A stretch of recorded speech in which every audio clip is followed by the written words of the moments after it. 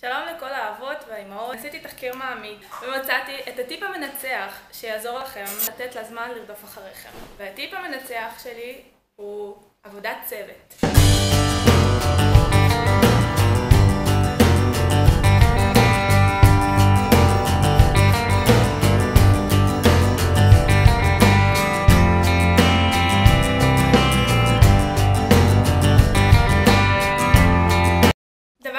שאני נתקלת בו לא מעט, הוא שהמון אמהות מתלוננות שאין להן זמן לחזור לגזרה שלהן.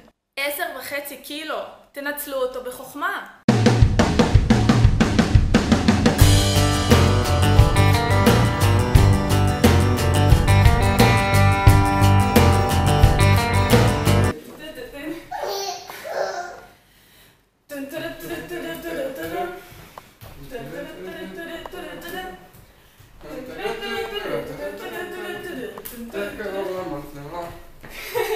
בעיה מספר 3. אמהות שלא מוצאות זמן להכין אוכל בריא, ובמקום זה נאלצות לאכול בגטים לארוחת בוקר, צהריים, ערב ולילה. אין בן אדם בבית שלכם שניזון מתזונה בריאה יותר מהתינוק שלכם. למה שלא תאכלו לו מהצלחת?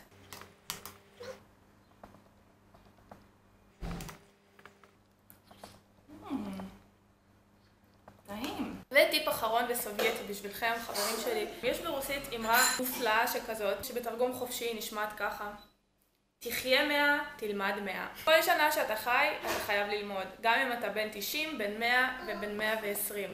ולכן אין זמן מתאים יותר מזה, על מנת לחשוף את עצמך לנישות הספרותיות שעוד לא הכרת. טולסטוי ודוסטויבסקי אאוט. ספרי ילדים, אין! תודה שצפיתם בטיפים הנפלאים שלי, מקווה שנהניתם מהסרטון והוא תרם לכם רבות. אל תשכחו לתת לייק לסרטון הזה, לשתף אותו בכל מקום אפשרי, כי מידע חשוב כמו זה כל הורה חייב לדעת. טיפ נוסף שאני אשמח לתת לכם: תהנו מהתקופה הנפלאה הזאת, קחו בקלות, אל תתרגשו, ואל תיתנו לאף אחד להגיד לכם איך לגדל את הילד שלכם.